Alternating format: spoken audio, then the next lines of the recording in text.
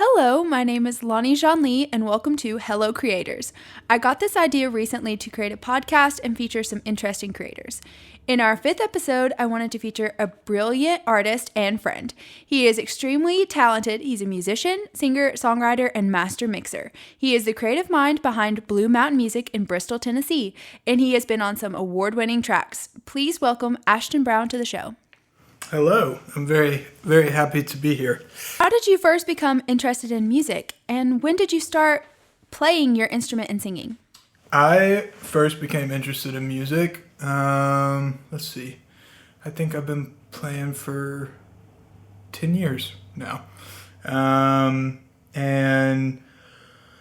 I got interested because my grandmother had this organ in her house that I would go upstairs and sort of just like tinker around on and play on. And God bless her, she put up with me sounding horrible for a really long time. And people still put up with me sounding horrible.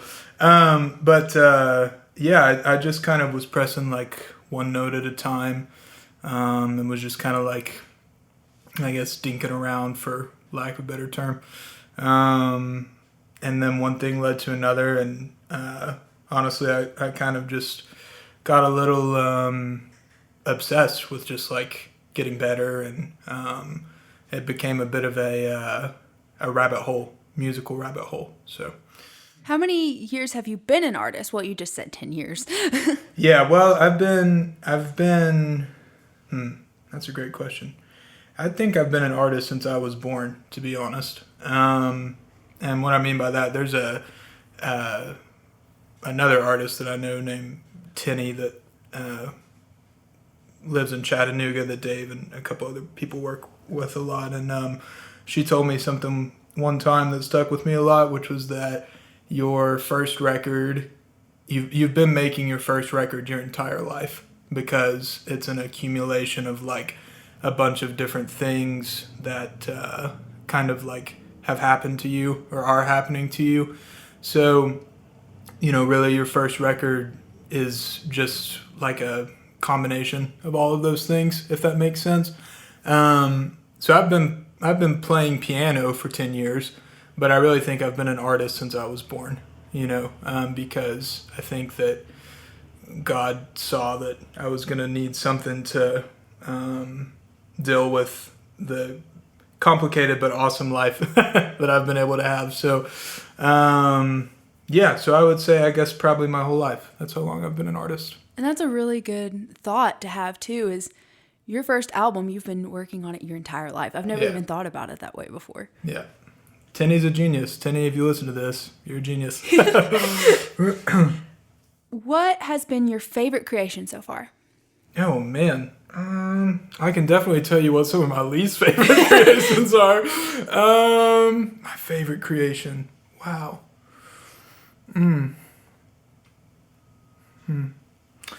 Well, that's such a good question.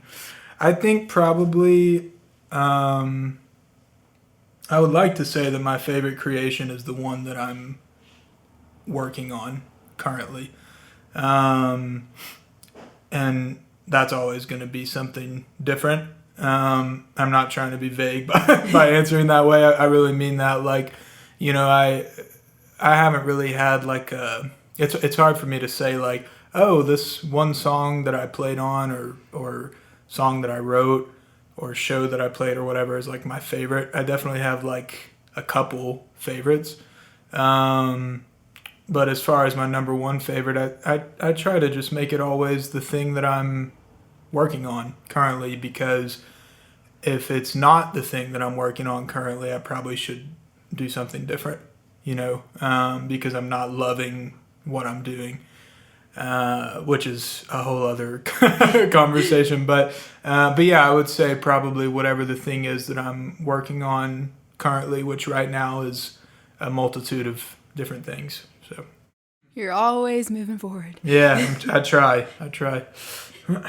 Do you have a favorite piece to perform on your instrument that showcases your abilities? Ooh, that's a great question. I love. Sorry, I'm just gonna say I'm laughing right now because Lonnie's petting my cat that runs around my house all the time while I'm trying to record. So if you hear any background noise, that's probably what it is. I'm sorry, I got distracted by my cat. Favorite piece to perform, right? Well, I grew up playing like contemporary worship music, like gospel. So like there's one song called Oceans, like Spirit lead me where my trust. That song. That was a bad example of it, but no, it wasn't. Thank you. Like I love playing that song because I just love the message behind it, and I think that it's really easy to make an already beautiful song sound good. You just play the song, if that makes sense. So I feel like when I play Oceans, like I don't really have to do much. I just let the song speak for itself. So Oceans is one for sure. Excuse me. Yeah, I would say that's probably. Can I give a second answer? Yeah. Too? Okay. Of course. That's probably number one. Number two is I've been trying to learn a lot of classical music recently. And there was a Swedish composer named Edvard Grieg, I believe is how you. I believe he was Swedish. No one kill me if I get that wrong. But he has these works called lyric pieces. And the first one, Arietta, I think is how you say it, is gorgeous. It's just absolutely beautiful. It's really, really simple. In a lot of ways, it's very childlike, but I like playing that piece a lot more recently. So yeah, probably Oceans and then Arietta. Or, again, no one kill me. I'm probably saying it really wrong, but I think that's how it's said. So. And I've heard you play Oceans at least once, and I really liked how you added the ocean sounds as an ambiance extra thing. Oh yeah, the Gathering in the Gap show. Yeah, I forgot about that. I don't know why, but I just remember that specific thing, and then you playing very calming piano. Yeah. And I was like, this is the most beautiful thing I have heard in a very long time. Thank you. And I'm looking forward to hearing you play that classical song too. Yes, thank you very much. Yeah, that was that Gathering in the Gap show with Dave Egger, the best cellist and human being ever. That was a fun show. That was a really, really fun show. What is your favorite genre to write in?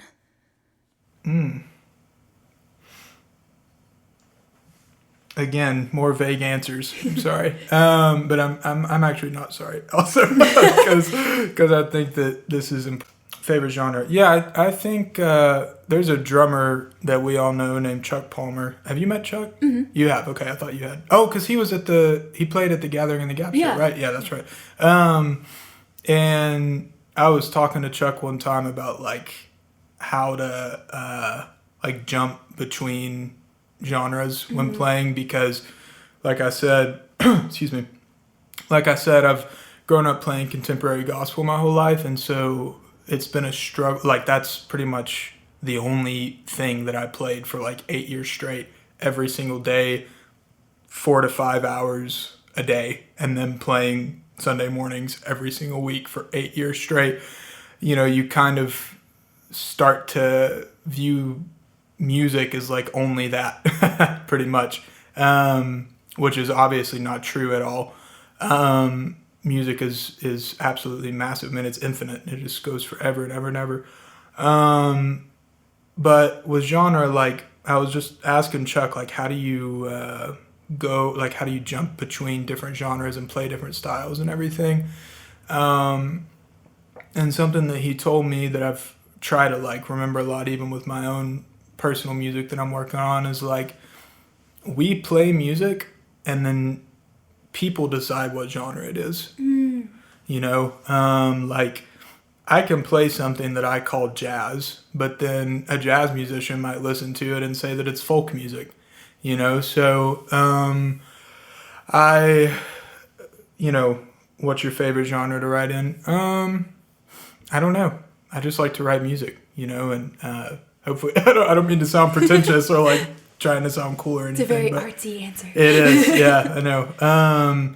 But yeah, I think I just, anyone, it's not specific to me, anybody, we all just write music, and then people can listen to it and say what genre it is. I don't really think that's for us to decide.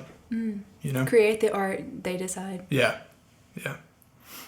How do you approach practicing and rehearsing? Do you have any unique techniques or routines? So yeah, I am terrible at practicing. I want to get better at it, but I have a tendency to not really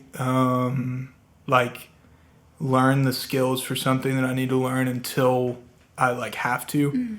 So in other words, sight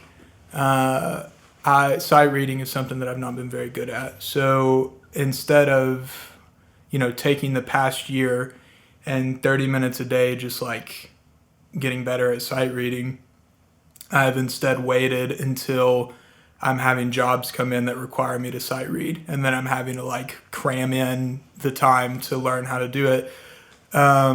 So that's something that I've been learning, is just learn the skills ahead of time, and then when the job comes that requires those skills, you're not having to cram in and be super stressed to make it happen.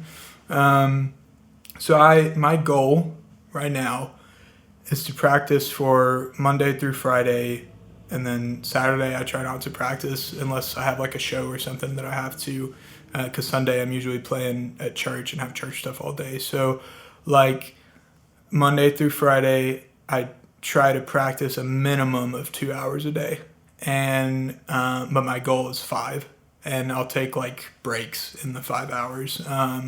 But I try from 9 a.m. to 2 p.m.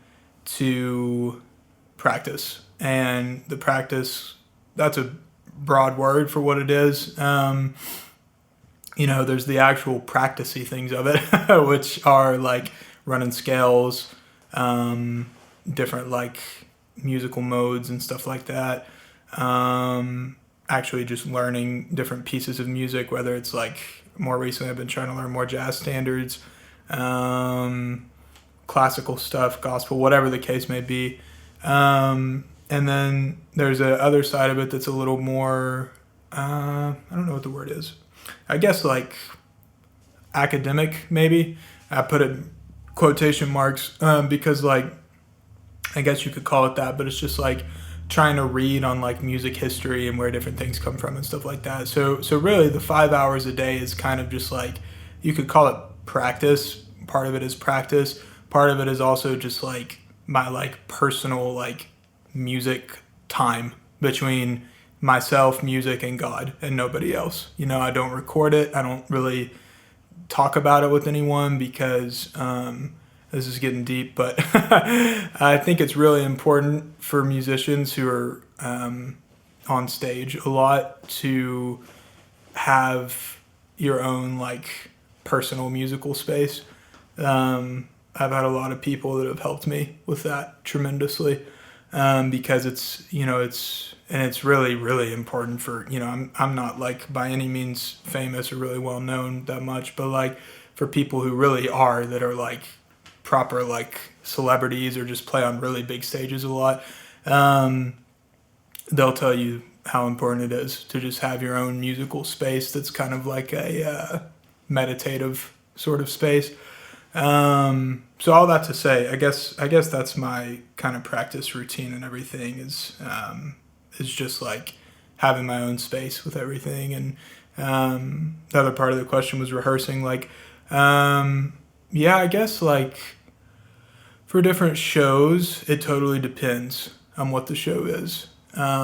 So, if I'm having to rehearse for, depending upon what it is, if it's for worship music, usually the only thing that I'm rehearsing is the actual parts of the song, because all of my sounds and everything are already set because I play that kind of music so much. So I don't really have to work on my sound at all for that. As far as actual keyboard tone and stuff like that, but I do have to actually just learn the songs. If it's for another kind of music that I don't really play that much, then usually the rehearsing also includes not just learning the material, but also building different sounds for it and everything, because I'm just starting to branch out, So yeah, very long-winded answer. You're already incredibly good at improv. I can't imagine how much you're going to grow with adding that practice time in. Yeah. Like, you already baffle my mind at how you're able to just hear a song and you're like, I think this note would sound good. Oh, and this is a B flat, and then we're going to go to a G. And I'm like, how do you even know that? Oh, thank you. I appreciate it. What has been your most memorable performance of your career, and why? Ooh. Wow. Okay. One was probably opening for We the Kingdom with my friend Kyle Thurman. He's a worship leader that I play with, who's also one of my best friends. And man, I could spend the rest of this podcast just talking about that dude. He's a heck of a friend and musician. But yeah, he got a band together that I was able to be in. I was playing keys, and we opened for We the Kingdom at Magic Springs Amusement Park in Arkansas a few years back. It was incredible. Just absolutely phenomenal. The actual, like, We the Kingdom, the band, they were all, like, I can say nothing but good things about them. Their musicianship is incredible. They were the nicest people in the world. So it was memorable in a good way for that. Also, a flip side of that, it was also memorable in a not great way because our sound check kind of got cut short because it started raining really hard. Oh. Yeah, it was really bad. And we had to like cover up all of our gear, and my MacBook got water in it, and it was like, yeah, it was really bad.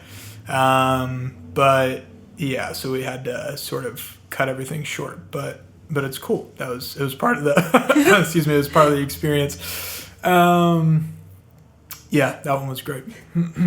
What's the story behind the creation of your first album or single, and how did it feel to release it? Well, I haven't released it yet. It's still in process, but it feels awesome. It's helped me.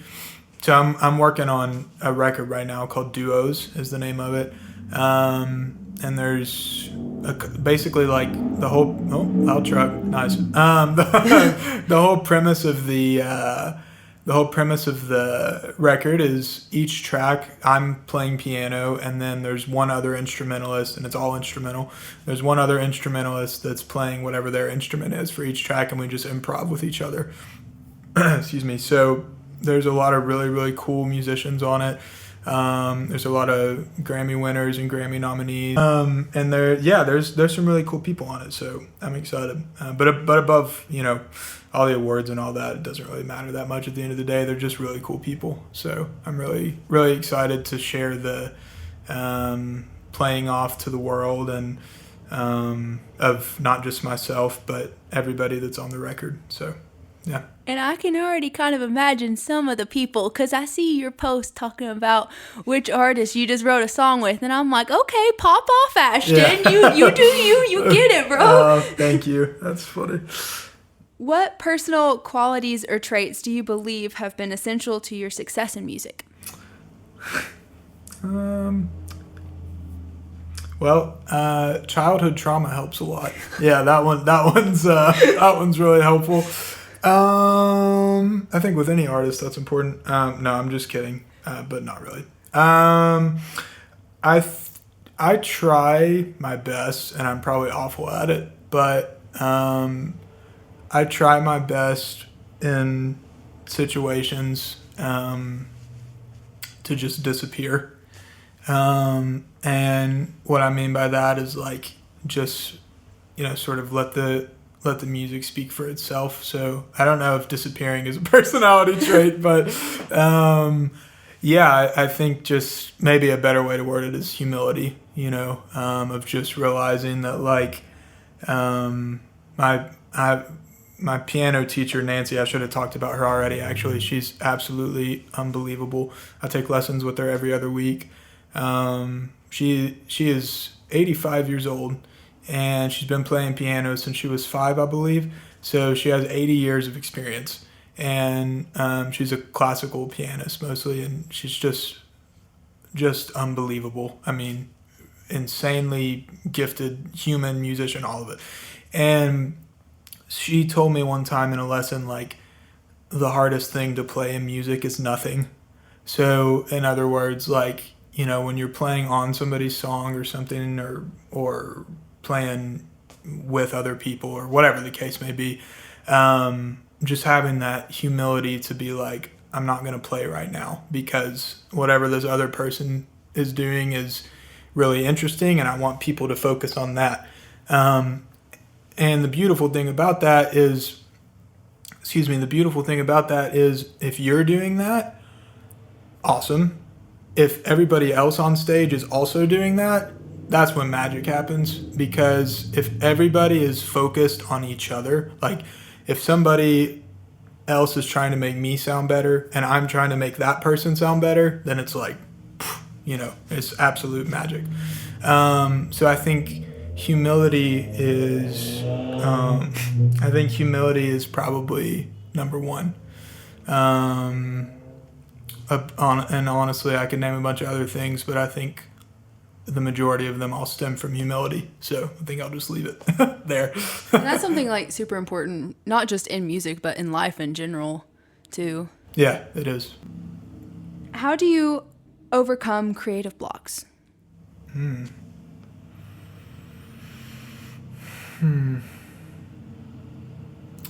I usually do a couple things. I'll just call somebody that I'm close to. That's a musician usually. And I'm kind of exposing myself a little bit right now because people that I've called are going to be like, wait a minute. But sometimes I will call people and just not talk about music with them at all. But I'll call them because, like, different, like, people inspire me a lot. So, like, I guess what I mean by that is, like, if I'm feeling kind of like I can't get past, like, a creative hump or whatever, creative block, I'll just call people and be like, hey, what are you doing today? Just tell me about what's going on or whatever. For two reasons. One, because obviously I care. I don't only call people when I have a creative block because that's horrible. But, you know, sidebar from that, you know, sometimes I'm just like, I just want to hear kind of what people are doing. And I think that it inspires me just hearing about people's lives and everything. So yeah, I guess a better, maybe more practical answer to that would be like or not practical, but concise would be like, I just try to, when I have a creative block, I just try to like get out and not isolate, because I have a tendency to isolate a lot because I'm a huge introvert. And everyone who plays shows with me knows, like, as soon as our show is over, I pack up and leave. And it's not good. It's not good that I do that. And I'm trying to get better. But That's the way you stay out of drama, though. True. Just saying. True. And unfortunately, I still get involved in drama. But you know, I have a tendency to isolate a lot. So I think I get over creative blocks by just getting out of myself and just trying to, I mean, I remember one time it was in February, so a couple months ago, and I was gone for 3 weeks, and I was in Florida, Florida, Los Angeles, and New York, and then I got back home, and when I got back home, I was super inspired to like write a ton. And I kind of was just, after I had written some different things, I kind of looked and was like, why was I so inspired to write? And then it occurred to me it was because I was gone for 3 weeks and just spent time with a bunch of people that really like inspire me and lift me up, you know. Kyle, who I was talking about earlier, being one of those people, and so Kyle, and then my friend Jared Henry, who also, shout out to him. That dude is just like a freaking, every time I think I'm working hard, I look at Jared and I'm like, I'm not working hard enough. Jared's just like, he just goes and goes and goes, and he's an unbelievable person. So yeah. What or who are some of your inspirations? Let's start with who. Well, as a pianist, I love Brad Mehldau. He's a jazz pianist. Corey Henry is organ playing, like gospel stuff. I love a lot. Who else? Oh, the worship pastor or worship director at the church that I work at, Christ Fellowship, Jason Grigori. That dude is like being able to play music with him every week, relatively every week, not exactly, but most weeks. It's like a master class in worship piano every time I get to hang out with him. So, Dave Egger, like, man, he's the man. He speaks for himself. I don't even got to go there.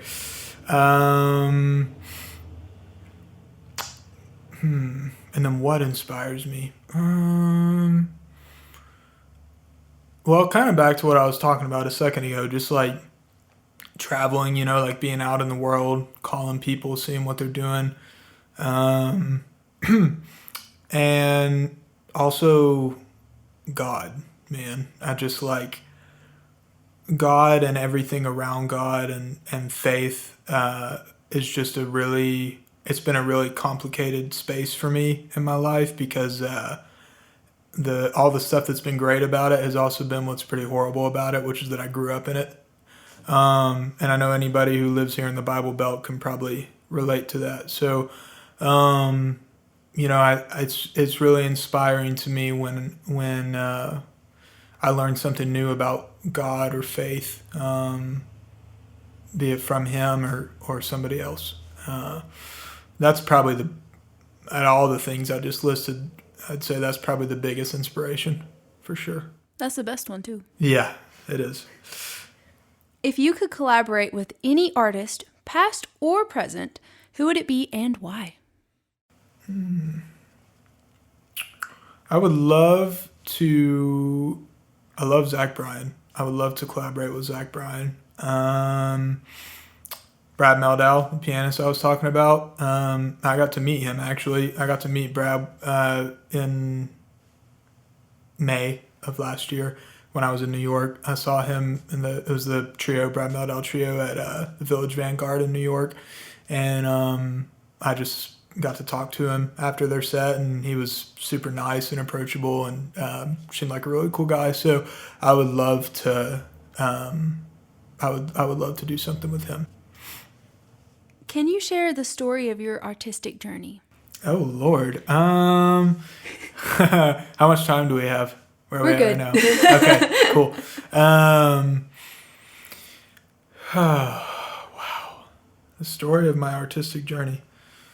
Well, I think that I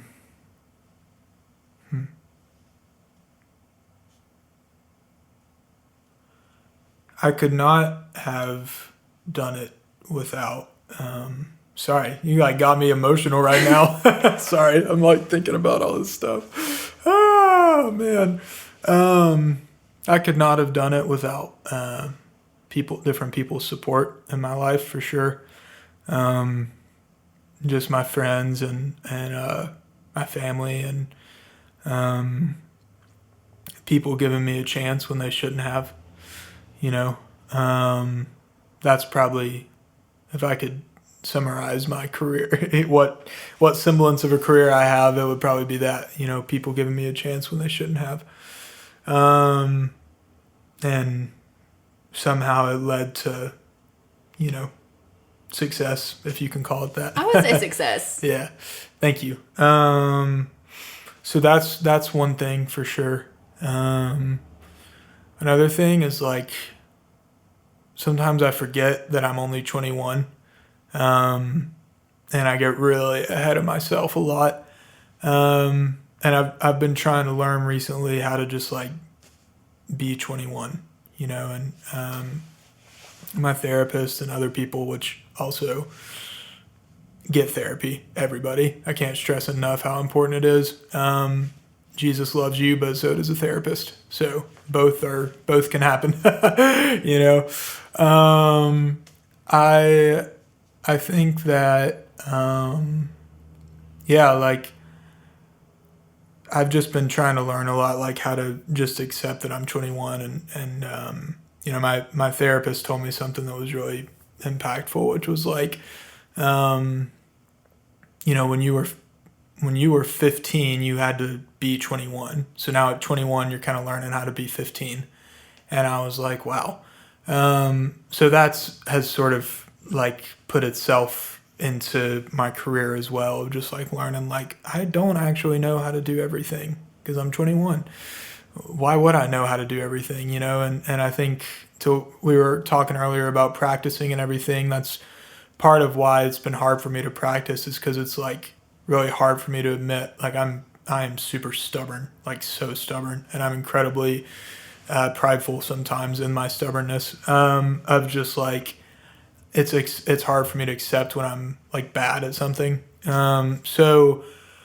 And I'm bad at a lot of things. That thing when you can't figure it out in 30 minutes and you get frustrated. Yes, literally in 30 seconds. I'm just like, why can't I get this? So yeah, just, I guess, accepting the fact that I'm 21 and this is the stage of life that God's put me in. So like, I can just do my best to live in it and not a different one, because the different one doesn't exist, you know? Yeah, man, that's a heavy question. And going off of that, talking about your success in music, you were just in the newspaper recently. I was, yep. Thank you to Jared Bentley for that. He just messaged me and we set it up. It was really cool. So yeah, you can find it. It's like I believe it's in all the Tri-Cities news, Bristol, Kingsport, and I almost said Bristol, Kingsport, and Tennessee. That's funny. Bristol, Kingsport, and Johnson City. You can find it in the news article. It was in the music column a few weeks ago. I don't remember what week. I'm sorry, but it was in there. I have it pinned on like my Instagram and stuff, which is at @theKeyIsMusic03. Shameless plug if anybody wants to follow me on Instagram. I just post music stuff all the time. It's not really anything interesting, but anyhow, yeah. So you can find it and read it there and stuff. So that was a massive honor to be, just I think it's a reflection of the community. If you could go back and give advice to your younger self just starting out in music, what would it be? Oh, Lord, man. I'm my younger self right now. But my younger self, like, let's say, gosh, I feel like I'm like a whole different human than I was like a year ago. But even, let's say 5 years, maybe 5 years ago is just... quit being dumb. That's one thing for sure. Just quit being so stupid all the time. And also, like, really, like, trying to think of how to word it. I guess just, like, don't push people away. Don't push people away, like, don't push people away who criticize you, and don't push people away who but yeah, just don't, just really don't push people out. I think that's a huge problem that I have now that I think I've gotten a lot better at, but the past couple years it's just been like, people criticize me and I get defensive, or people praise me and I deflect it. So just like let people in, that would probably be the biggest thing. Don't be dumb and let people in. Those are the two big ones, I think. Good ones though. Yes, they are. What do you have coming up next? Any projects or collaborations you're particularly excited about? Well, my record is the big one, my duo's record. So I'm really, really excited about it. I've had the opportunity to play on a lot of people's records, like Lonnie's record, Honeysuckle Dream. It's incredible. Everybody check it out. So like, I definitely, I'm grateful to have played on a lot of people's stuff and mixed things and engineered for people and stuff like that. But I don't have any of my own like original solo music out.